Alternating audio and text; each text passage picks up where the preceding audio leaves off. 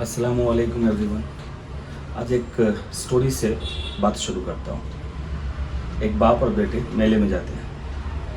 एक मेला लगा होता है तो बेटा और अपने बाप से बोलता है कि डैडी मुझे ये स्वीट खाना है। उसका बाप बोलता है ठीक है, थोड़ी देर के बाद अभी हमारे पास पैसा नहीं है। फिर थोड़ा आगे जाता है तो ये खिलौना चाहिए। उसके बाद फिर बोलता है पैसे नहीं, चलो आगे देखते हैं। फिर बोलता है झूला पे चढ़ना मुझे। ऐसे ही दो चार डिमांड करता है। उसके बाद पैसा नहीं होता तो वो बढ़ते हुए चला जाता है, चलो चलो आगे चलते देखते हैं। वो मैसेज टालने के लिए चाह रहा था बच्चे को। कुछ देर के बाद बच्चा और उसके बाप का हाथ छूट जाता है मेले में और दोनों बिछड़ जाते हैं। बच्चा अचानक अपने बाप को ढूंढता है, बाप बच्चे को ढूंढ रहा है और बच्चा रोना शुरू कर देता है।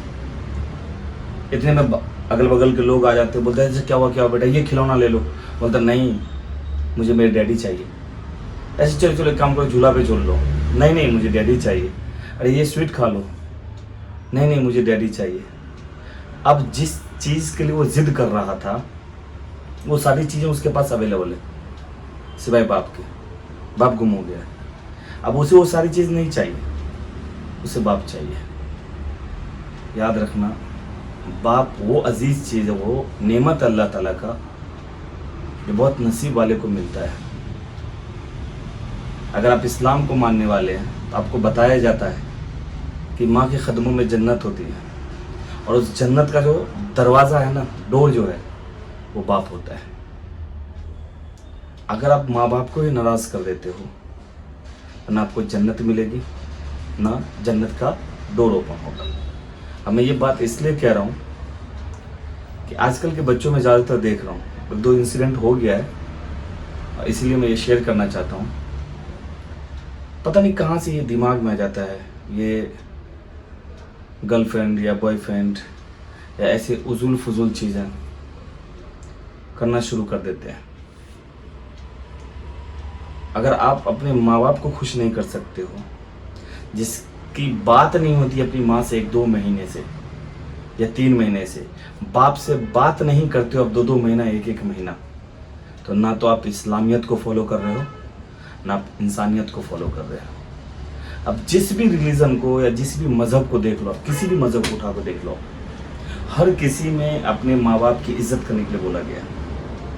लेकिन आज की यूथ पता नहीं क्या हो रहा, थोड़ा बहुत किताब पढ़ लिया है, अब या तो पीयूसी में है या एसएलसी में 10th में है या डिग्री कर रहे हैं, डॉक्टर इंजीनियर बन रहे हैं, वो उसी बाप की बदौलत है। जिसको आज बेवकूफ़ समझ रहे हैं आप, कमज़ोर समझ रहे हैं आप, गलत समझ रहे हैं। मैं ये भी नहीं कह रहा हूँ कि हर बार हर चीज़ बाप की सही होती है, कभी कभी वो भी गलत बोलेंगे, इंसान है वो भी। लेकिन उनकी गलती को गलतफहमी समझना चाहिए हम लोग को। आप बाप से बात करना बंद नहीं कर सकते क्योंकि उन्होंने कुछ गलत बोला है। वो गलत बोले या सही बोले, आप एक्सेप्ट करो या ना करो, बट इज्जत ज़रूर करो। 100% you must respect your parents. वो हमारा बाप है, वो मेरी माँ है, इतना ही काफ़ी है रेस्पेक्ट करने के लिए। यार राम जी को, भगवान राम को जंगल वनवास क्यों करना पड़ा? क्योंकि अपने फादर राजा दशरथ की बात रखने के लिए, उनकी इज्जत रखने के लिए, उनका वचन रखने के लिए 14 ईयर्स जंगल में चले गए वो।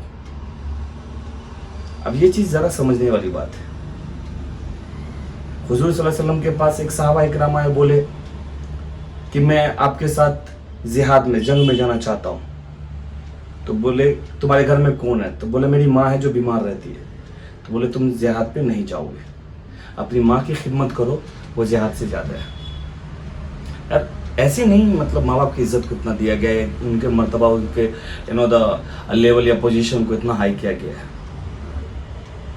आप उस पोजीशन में जब पहुंचोगे ना, तब आपको एहसास होगा, अभी नहीं। कभी कभी कुछ बच्चे आके बोलेंगे पढ़ने में इंटरेस्ट नहीं है, सब पढ़ता हूँ भूल जाता हूँ।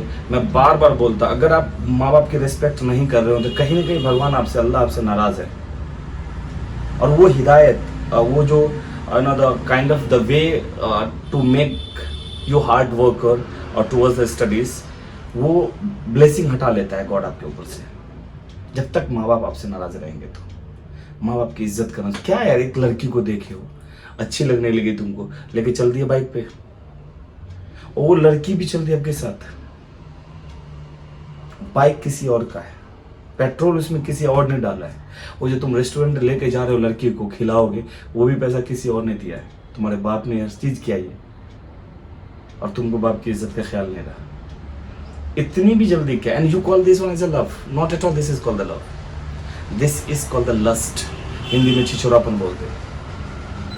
You want to define that love, love which your parents are doing to you, lust which is unmatured love, जो आप करते हो और आपको लगता है वो लव हो गया, वो एक दो इधर घुमा फिरा दिए, रोज़ दे दिए, चॉकलेट दे दिए। अबे चॉकलेट मेल्ट होता नहीं है, उससे पहले लड़की अपने माँ बाप की इज्जत को मेल्ट कर देती है। बताओ, स्पेशली गर्ल्स के लिए बोल रहा हूँ। बहुत ही जद्दोजहद स्ट्रगल के बाद इस कुछ 100 या 200 ईयर्स में गर्ल्स को अलॉट किया गया स्टडीज़ के लिए। वो जो मेहनत है सावित्री बाई फूले और फातिमा शेख का, उसको पुश बैक मत करो। अब कौन से किस उम्मीद से आप सोचो, आप वो बाप बेचारा जो दुनिया से जंग लड़के जीत जाता है, अपने औलाद के पास आके हार जाता है। जिस दिन बाप खामोश हो जाती है, ये मत समझो तुम जीत गए हो, वो तुमको जिता कर खुद शर्मिंदा होकर हार गया है। नहीं, ये नहीं होना चाहिए। बाप आपको डांटे तो समझना आपका हक अभी भी बरकरार है, उसका हक है यार। हम लोग को परवरिश किया, बड़ा किया, इस लायक बनाए कि आज हम कुछ सही या गलत का डिसीजन ले सकते हैं। जिस दिन आप कमाओगे ना, आपको एक एक रुपये की अहमियत मालूम चलेगी। अभी नहीं मालूम चलेगा, क्योंकि उस बाइक जो बुलेट लेके गए हो ना, वो भी तुम्हारे बाप ने किसी से मांग के दिलाया है, या तुम्हारे बाप ने कहीं से एडजस्ट करके दिलवाया है, खर्चे पे, लोन पे। उसमें पेट्रोल जो डाले ना, वो भी बाप माँ का पैसा है। वो जो लड़की को तुम रेस्टोरेंट में खिलाने जा रहे हो ना, वो भी बाप माँ का पैसा है। जिस दिन आप कमाने लगोगे, एक एक रुपये की अहमियत समझ में आएगा। Mark my word, life is a circle, what you throw it will come back to you. ये जिंदगी एक सर्कल है, आप जैसा करोगे रिटर्न बैक आपको मिलेगा। आप अगर इज्जत नहीं कर रहे हो, आने वाली जब आपको औलाद देगा ना अल्लाह ताला, उस दिन एहसास होगा आपको कि आपके माँ बाप ने किस तरह पाला था आपको। तब आपको ये जो रिस्पेक्ट आपका औलाद करेगा, then you will cry, till then it will be too late to understand the value of the parents. इस वाहियात चीज़ों से उठो, इस बकवास चीज़ों से उठो। ऐसा ना हो कि इतनी देर हो जाए जो अल्लाह की सबसे बेहतरीन नेमत है जो तुमको मिला है, the bestest gift given by the God is your parents, वो तुम्हारे हाथ से निकल ना जाए, खो ना जाए। एक उम्र आएगा यार, तुम लोग को ऐसा नहीं है कि ऊपर वाले ने हर चीज़ को पेड़ में बनाया। ऐसा नहीं कि तुमको लड़की नहीं मिलेगा या उसको लड़का नहीं मिलेगा। सुख है तो अल्लाह ने दुख भी दिया है, अंधेरा है तो लाइट भी दिया है, रात है तो दिन भी है। हर चीज़ को ऊपर वाले ने एक पेड़ में बनाया है। Have the patience. आप थोड़ा वक्त दो अपने आप को, अपना करियर बिल्डअप करो। जेब में 4 पैसा होगा ना, हर रिश्तेदार तुम्हारा अपना होगा। कहते हैं जब धूप सर के ऊपर आती है ना, जब सर के ऊपर में होता है तो जो शेडो होता है वो भी छोटा हो जाता है। जिस दिन दुख मुसीबत आ गया ना, अच्छे अच्छे लोग तुम्हारा साथ छोड़ के भाग जाएंगे। जिस लड़की को तुम पैसा खर्च करके मतलब पटाने की कोशिश कर रहे हो, जिस दिन पैसा कम पड़ गया तुम्हारे जेब में, कोई और उसको पैसा दिखा के लेके भाग जाएगा, क्योंकि तुम भी तो पैसा पे लाए थे। तब वो सब छोड़ दो हरकत, बहुत डिसअपॉइंटिंग होता है। एंड सबसे वर्स्ट चीज़ होता है कि ये सारी चीज़ करने के बाद आप ढीठ की तरह आगे भी जाते हो। सॉरी बोलो, फिर दोबारा नेक्स्ट टाइम गलती करो, फिर 3rd 4th टाइम। हमारा कुछ नहीं, लोग हम बता रहे हैं, और मैं स्टार्टिंग से ही बोल चुका हूँ, हमारा काम समझाना, हम समझा रहे हैं। हम sometimes I will be harsh with the student for this reason. और ये मत समझो कि माँ बाप बहुत कमज़ोर होते हैं, पूरी दुनिया से लड़ते हैं, वो ज़िंदगी से जूझ रहे होते थे, मुश्किलातों से झगड़ रहे होते, फिर भी तुम्हारी ख्वाहिशात जो पूरी कर रहे होते, उसी ख्वाहिशात जो गलत तुम्हारा ख्वाहिशात, उसी को रोकने के चक्कर में वो शर्मिंदा होकर रो देता है तुम्हारे साथ, गिड़गिड़ाने लगता है अपने औलाद के सामने में, तरस जाता है बात करने के लिए। अब सोचो तुम किस तरह 2 महीने अपनी माँ से बात नहीं करोगे भाई, अपने बाप से बात नहीं करोगे। किस हद तक तुम्हारा एरोगेंट बढ़ चुका है, किस हद तक। क्या लगा तुमको कि तुम 2-4 किताब पढ़ लिए हो तो तुम बहुत ज़्यादा नॉलेजेबल पर्सन हो गए, ज्ञानी हो गए हो। वो बंदा धूप में रह के एक्सपीरियंस लिया है। इतना नहीं सताना कि कोई माँ बाप की ज़बान से तुम्हारे लिए बददुआ निकल जाए या लानत भेज दे कि अल्लाह ऐसी औलाद किसी को देना मत। तुमको लग रहा होगा क्या हो जाएगा इस सबसे, दुआओं से, बद्दुआओं से, लानत से। कहाँ खुदा है, कौन गॉड को करेगा हमारा? खुदा है, गॉड है, अल्लाह है। उस दिन मारेगा जिस दिन तुमको बचाने वाला नहीं रहेगा, और तू ढूंढेगा बाप को, तब तुम सॉरी बोलने लायक भी नहीं होगे, तू तुम्हारे बाप माँ तुम्हारे पास रहेंगे नहीं। आज है तो इज्जत कर लो। मैं अपना एग्जाम्पल बता रहा हूँ आपको। आज भी अल्हम्दुलिल्लाह ठीक ठाक कमाता हूँ मैं बेंगलोर के अंदर में। जब भी मेरे अब्बा फ़ोन करेंगे, अगर कभी रूखापन है आवाज़ में, लाइक सो के उठे हम, थोड़ा आवाज़ मोटा जैसा है, तो अब्बा बोलते हैं अरे खुश नहीं हो क्या, कोई दिक्कत परेशानी, खुश रहा करो, पैसे वैसे की दिक्कत है तो हम भेज देते हैं। मजबूरी होगा माँ बाप के पास, अगर आप मांगोगे तो भेज भी देंगे कहीं से इंतजाम। अगर नहीं भी भेजे, ये जो अल्फाज है ना तुमको, क्या अरे दिक्कत है पैसे का, मैं भेज दूंगा, ये हिम्मत सिर्फ और सिर्फ बाप ही दे सकता है। Only father can give you this strength, this power. सिर्फ बाप तुम्हारा जो है ना, तुम्हारा फादर जो है, वो ये अल्फाज बोल सकता है और ये हिम्मत दे सकता है। तो हम बोलते हैं नहीं नहीं नहीं बबू नहीं, अभी सो के उठा इसलिए ऐसा। फिर फोन होने के बाद बहुत दिल को खुशी होती है कि ये बाप है रे भाई, और इसको आप नाराज कर सकते हो। इससे आप बात नहीं करोगे, हम नहीं करेंगे। हाँ, कभी कभी हो सकता है कि आपके फादर में कोई बात मैच नहीं कर रही होगी, हो सकता है कुछ अंडरस्टैंडिंग नहीं होगा, या कोई ऐसी चीज़ आई होगी जो उनको समझ में नहीं आ रहा होगा। You try to convince him, इससे ज़्यादा कुछ नहीं कहेंगे हम आपको। बहुत सारे पेरेंट्स आते हैं हमारे पास, रो देते हैं वो, उनको रोता देखे ना कभी कभी आंखें नम हो जाती है हमारी, और हमको लगता है यार किस टाइप के औलाद होते जा रहे हैं। And now know that they are becoming the technically very the sound, and then they are so called educated. पढ़े लिखे भी बच्चे लोग हैं, कोई डिग्री कर रहा है, कोई PUC कर रहा है।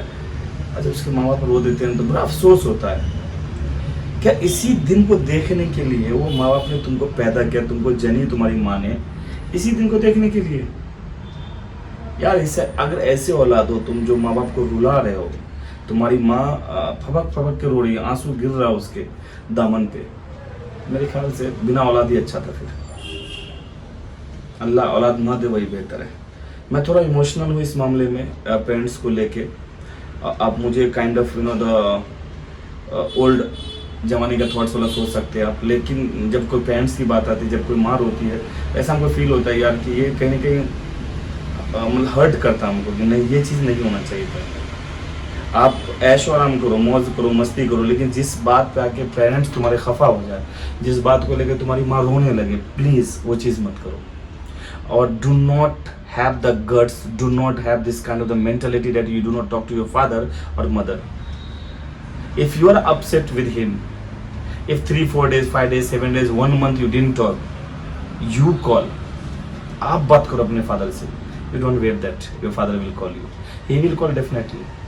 वो बाप है, रो के हार के फिर भी तुम्हारे पास जाएगा। पैदा किया ना तुमको, पाल पोस के बड़ा किया ना। अरे एक आदमी को आम का पेड़ लगाता ना, उसका आम तोड़ने नहीं देता उस पेड़ से। बचपन में अगर हम आम तोड़ लेते थे किसी पेड़ से, उसका माली जो होता था या उसका मालिक होता था, वो आके मारने लगता था हम लोग को। तुम तो इंसान हो यार, तुमको तो पाल पोस के बड़ा करके एजुकेटेड किया है, और उसको लगा कि एजुकेशन लेने के बाद समझदार हो जाएगा। ये ना, अनपढ़ से भी बदतर हो गए। अगर ये हरकत आप लोग कर रहे हैं किसी लड़की के चक्कर में या किसी लड़का के चक्कर में, अपने माँ बाप को हर्ट कर रहे हैं, remember it will come back to you. जैसा करता है लोग वैसा फल भोगेगा। शायद बोलने लगे बहुत लंबी बात हो जाएगी, थोड़ा इमोशनल हो जाते हैं इस चीज़ को लेके हम। चलो आखिरी में यही बोलना चाहते हैं, रिस्पेक्ट कीजिए अपने पेरेंट्स का, जब तक हैं आपके पास खूब इज्जत करो, उनकी आंखों में आंसू मत आंदो। ये सब कुछ इस उम्र में गलत करेंगे आप, ऐसा नहीं कि नहीं करेंगे, बट उसको रिपीट नहीं करो, या उसको जब आपके पेरेंट्स आपको डांटे तो इस चीज़ को लेके गलत मत अपने आप को समझा करो। घर से भागने की कोशिश मत करो, बहुत परेशान होते हैं माँ बाप। या माँ बाप को थ्रेटन मत करो, डराओ मत माँ बाप को तुम। वो कमज़ोर नहीं है, वो इंसान बाप तुम्हारा बहुत स्ट्रांग है। कभी यकीन नहीं हो तो तुमको कभी कोई मारे तो फिर देखना कैसे झगड़ता है वो। गिरा था ना छोटे बच्चे में तो वही उठा रहा था, तुम्हारी माँ तुम्हारे बाप, बाजू वाले नहीं आया था वो। आज भी उठाएगा तुमको। तुम अगर गुस्से में हो, बाप तुम्हारा कॉल करेगा, तुमको जितना बदतमीजी करना कर लो, वो सह के चुपचाप मर जाएगा। उससे ज़्यादा कुछ नहीं करेगा। इतना नहीं सताना कि वो इंसान मौत से पहले ही मरने लगे। बहुत लानत हो गया ऐसी औलादों पे जो इस तरह की हरकत करते हो।